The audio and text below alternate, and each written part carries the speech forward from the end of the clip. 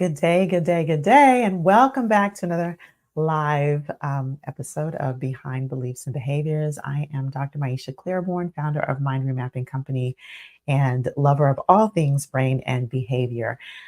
So I chose this topic today. We're talking about what's behind effective accountability, and I'm going to share with you four specific things that lead to effective accountability.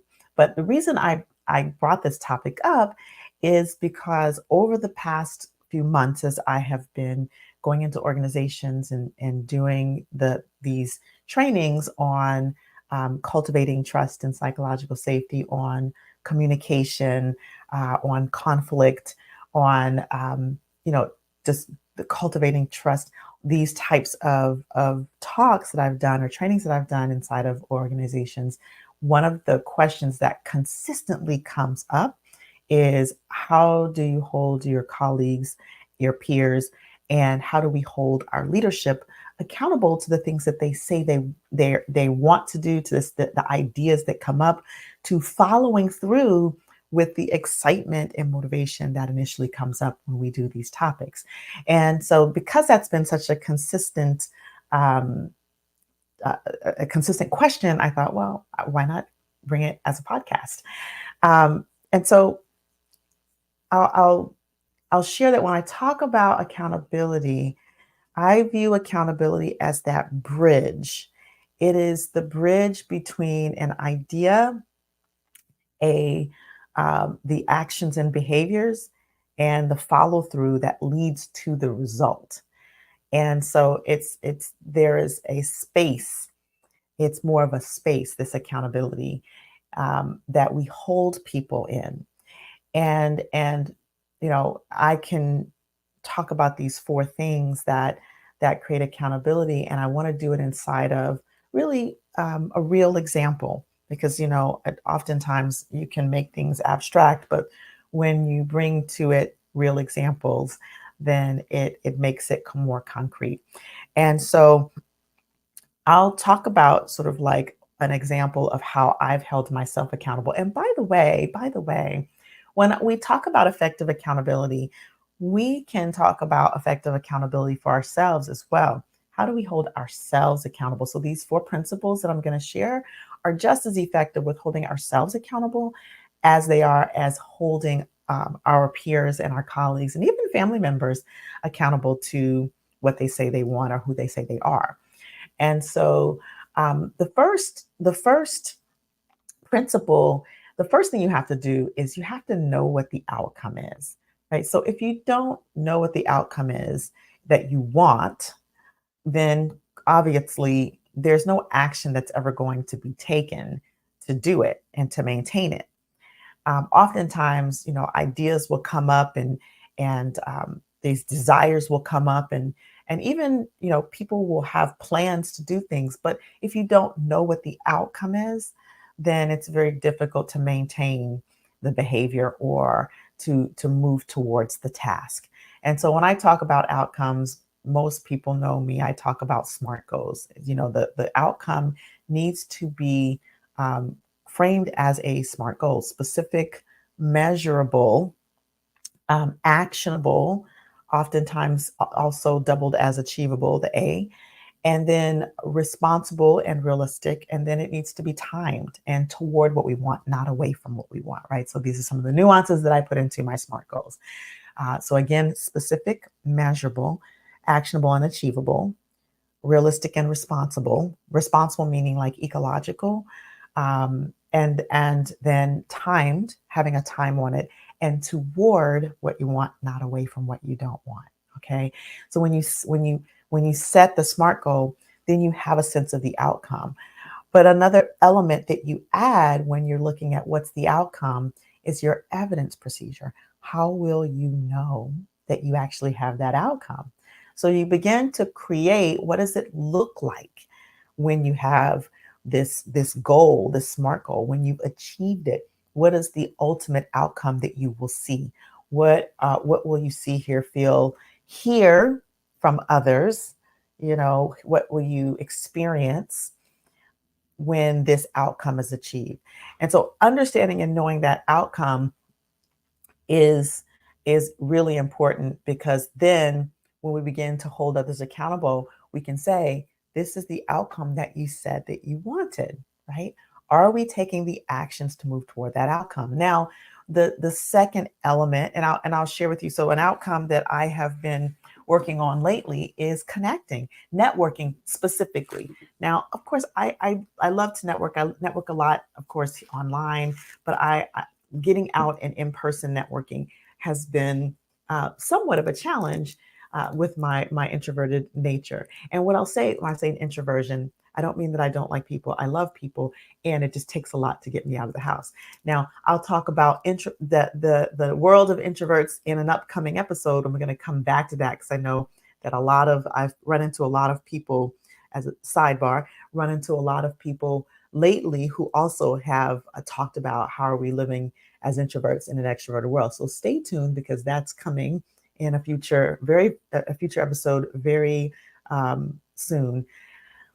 But coming back to my goal, this goal of getting out of the house, networking and connecting in the communities that I want to impact has been a goal. Increasing that. It's not that I don't do it, but to increase that has been a goal. So when I think about that, what is the outcome that I'm looking to achieve? Well, it's really to build relationships. I really want to build relationships. I work from home, and I do trainings and whatnot. I go to conferences when there are conferences. I speak at conferences when I do. But in the interim, right here locally, where I am here in Atlanta, how can I continue to build those relationships? And I do that by getting out of the house and looking at what events can I go to? How can I connect with people? And so that's an outcome. And I can visualize what that looks like, what I will see, hear, feel when I'm out there connecting, what will be happening. And so the second element that comes up inside of that outcome, and the ultimate outcome, is to connect with people so that I can look at what are the ways that my work can actually benefit other organizations and communities. So I think about other aspects of the outcome. That is important to me as well. What are the ways that I'm not connecting just to connect, although I love to connect just to connect. But when I'm networking specifically, I'm looking for what are the ways that the things that I teach, the communication, can benefit the people that I'm interacting with, can benefit their organizations, can benefit their communities, their churches, wherever I am and whomever I'm networking, and how specifically can we create those opportunities, whether it be speaking or training or engaging with workshops or my online course that I have on communication. So that is an outcome for me. And so then the second element is values. And I think it's important, and I feel like every episode I'm talking about values. And the fact that I am should clue you into how important values are. And when I talk about values, I talk about what's important to you. What's important to you.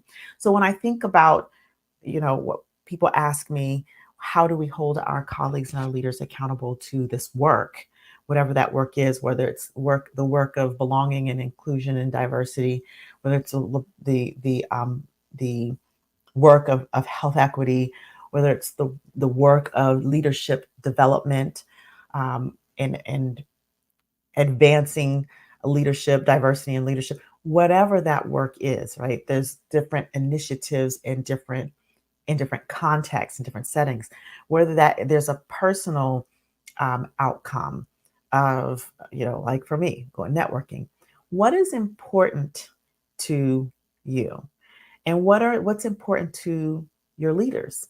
And when I say what's important, I don't mean like the superficial what's important, right? The numbers.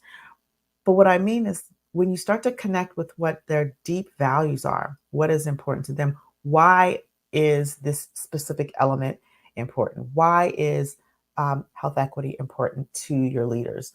Why, beyond the numbers and beyond the money, right? Why is equity and diversity, inclusion, belonging? What is the personal value that this work, um, uh, what is the personal value that it touches in the person, because our values, our deepest core values. So when I talk about values, I'm talking about core values. Those core values are what motivate people at their deepest level. And so when I would speak to my leaders, when I speak to coaching clients, when I'm doing my one-on-one coaching, and I see that maybe a client, there's some resistance in a client, or when I see that there is maybe fear or hesitation in a client, I come back to what's important to you at the deepest level. What is that core value that is going to motivate you beyond the resistance that comes up?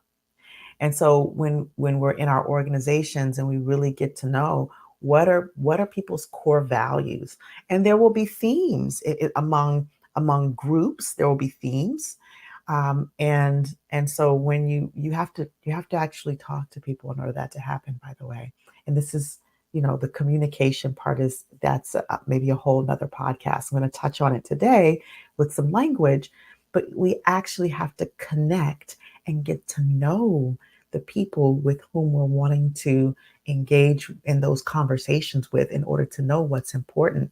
Because, maybe for some, it's data, having data to be able to um, connect the the importance of the initiative to the outcome, but that why is that data important to them, right? What is the core value there?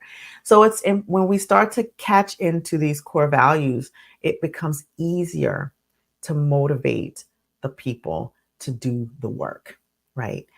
And so from my standpoint, when I talk about networking and what's the core value there, connecting is the core value, but really contribution and impact is a deeper core value for me.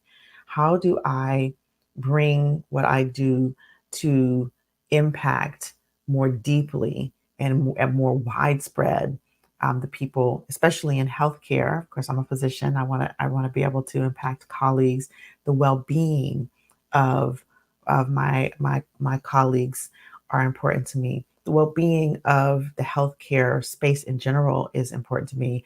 Of the well-being, of course, of patients, even though I'm no longer in that clinical setting anymore, that the equity of care is important to me. And what I'm clear about in the work that I do is that in order for my colleagues to give the best care, they must be their best selves. So one of the biggest motivators for me to network and is to have my colleagues experience the joy in their work, so that they can bring their best selves and create the level of care that they are committed to creating inside of their various practices. And so that's one of the deeper values for me. And that when I was in clinical practice, I helped patients one to one. And one of the motivators for me coming out of clinical practices and going more into organizations and helping other healthcare workers inside of their well-being and burnout, teaching them the communication and giving back their voice, and developing them as leaders, is that if I can help patients one to one as a clinician.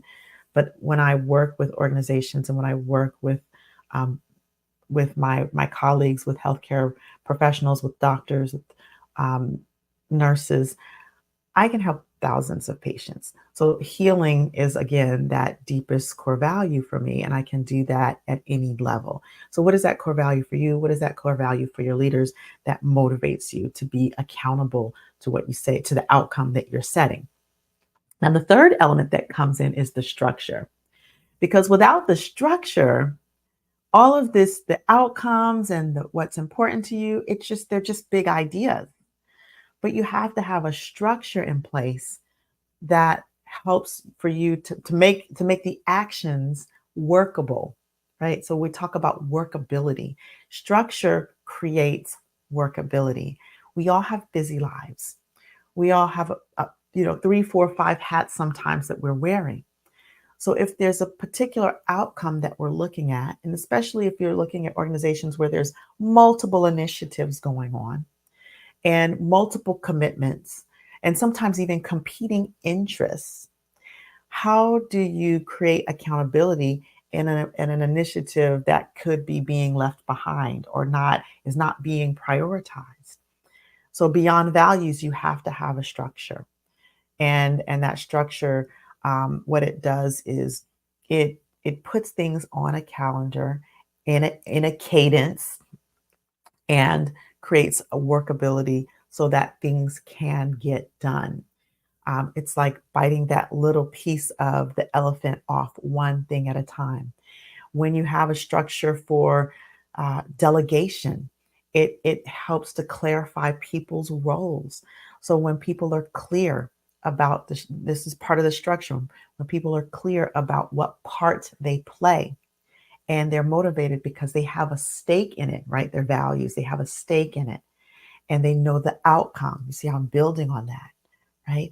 Then the work gets done. So there needs to be a structure in place.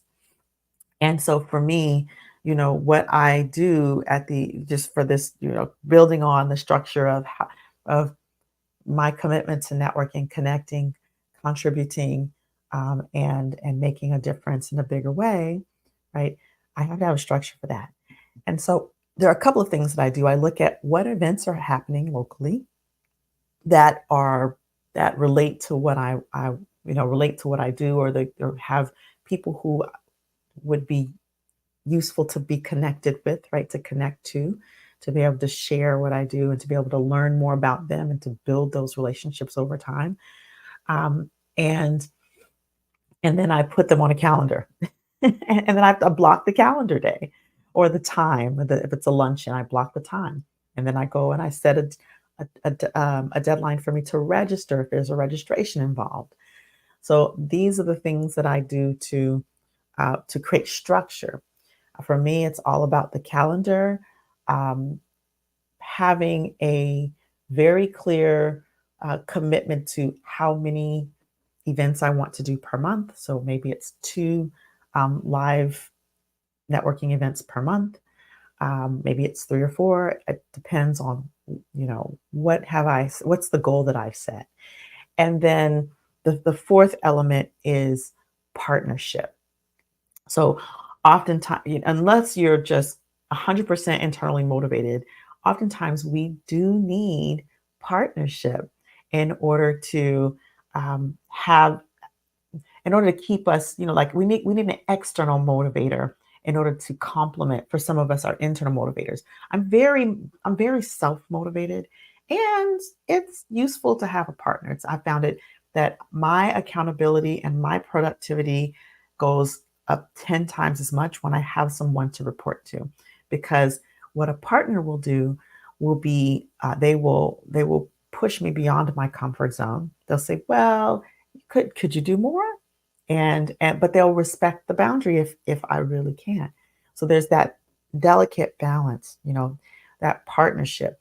Or they'll say, or they may have an idea. Oh, what about this thing? They know what's important to you. They know what you're trying to do. They may be able to connect you to the resources that help make things more structured and more workable. Or they may connect you to a resource that makes achieving the goal and the outcome easier and more streamlined. So partnership brings in new ideas, brings in innovation, and brings in more of the structure. The external accountability brings in more of the structure to help you move towards the goal. And I do recommend with partnership there being a very specific cadence. Now, for example, I have a few accountability partners, and inside of those accountability partners, most of them are weekly check-ins, and either we check in weekly asynchronously, meaning through a medium like text messaging or a medium like video messaging, or we check in synchronously via call, right? I have one accountability partner. We check in our cadences every couple of weeks, every 2 weeks. And we check in mostly by messaging. I have an accountability partner where we are on a monthly cadence for something a little bit different. So in an organization, this may look like meetings.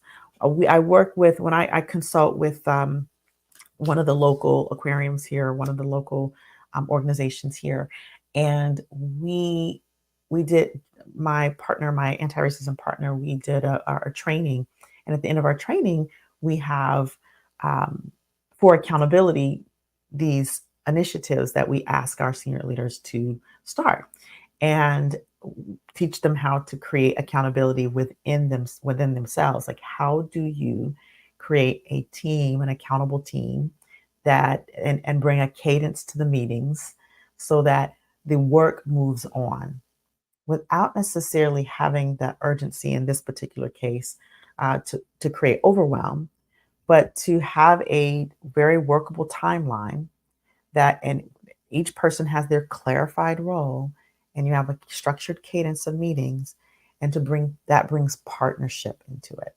So partnership is, I think, one of the most important. Structure and partnership are two of the most important things that you need to keep people accountable.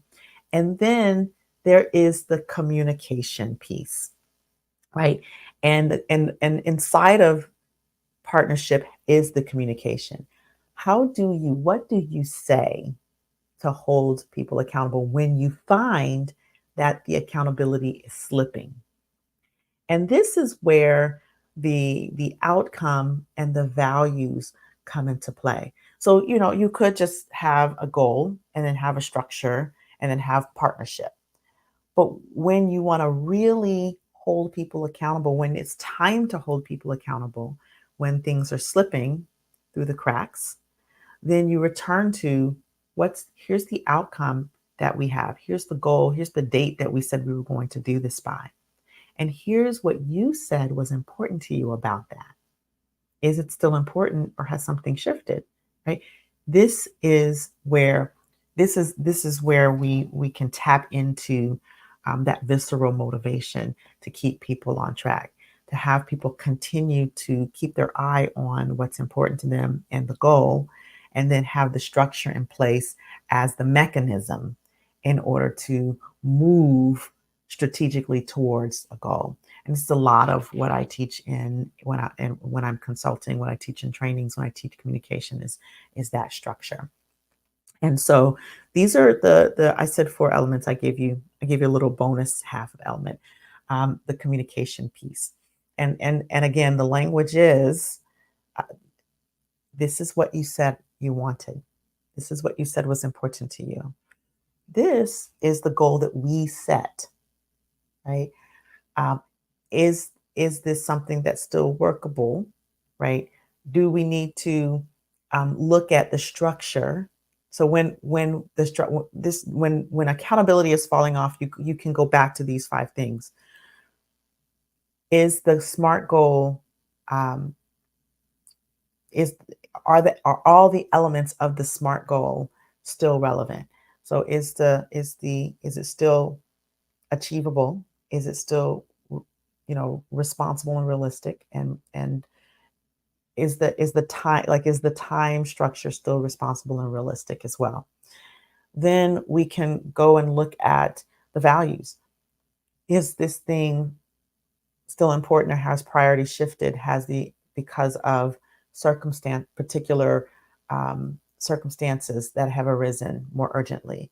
I think it's important to be mindful, because it's easy to say, "Oh, well, that's not important anymore," but we want to look at we look at the outcome, and we look at the data. This is where data is important, of why something is important. Then it can level set us inside of the values as well. Then we look at, well, okay, if accountability is slipping, does the structure need to be changed? Is the structure slipping? Does the cadence need to be changed?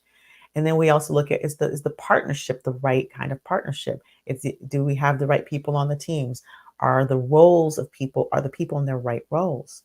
Right. So is the partnership okay? And then that's, finally, how is the communication? Is the communication effective in holding our colleagues and leaders and people and ourselves accountable? do we have the right partners in place that we value and respect, so that we are willing to be held accountable? And that is the other side of that. When you're creating accountability, you have to get agreement on the front end that the people you're holding accountable are willing to be held accountable, and that's a very important component. So these are some principles of how to create effective accountability, and I invite you to practice these, to try these out in your respective teams and organizations, even inside your family. We have inside of the my with my son, we have our own accountability partnership.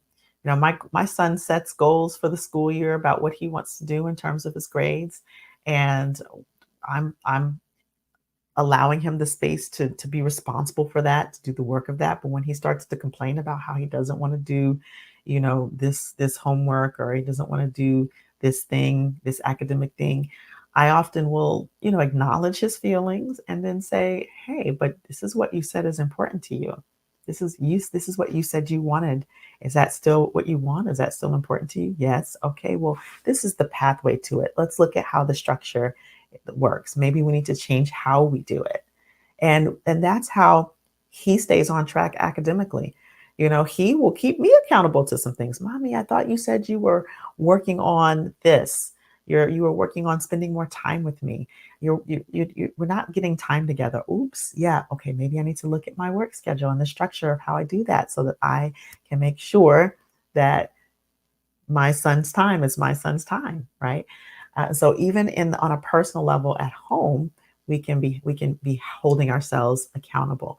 And so finally, just in terms of my networking and how that has been that my partnership has gone, I think that it has been, even though I'm very internally motivated, the piece of networking, because it is something for me to get out of the house to. It takes something, I should say, that my accountability partners have really empowered me. And I think the last part of that communication that I haven't shared is the acknowledgement. It is so important to acknowledge our wins along the way. And whenever we are acknowledging with each win inside of the structure of being held accountable, then it gives us that extra motivation. It reassures us and reaffirms us in a way. I think acknowledgement is so underutilized. And it's not just at the end goal that the acknowledgement happens. It's with each accomplishment along the way. And so expressing that acknowledgement and that appreciation along the way helps to keep people motivated and know that their voice matters and that they're making a difference. So that's the other part of communication. It's you said you wanted this, and it's also, "I see you, you did that," right? "I see you doing that. Oh, you know what? Thank you so much for doing this part. It has been so helpful." And that is one thing I try to do with my team all the time. When we have our team meetings inside of my organization, we have our biweekly team meetings. There's always acknowledgement of the wins. There's always acknowledgement of the part they're playing.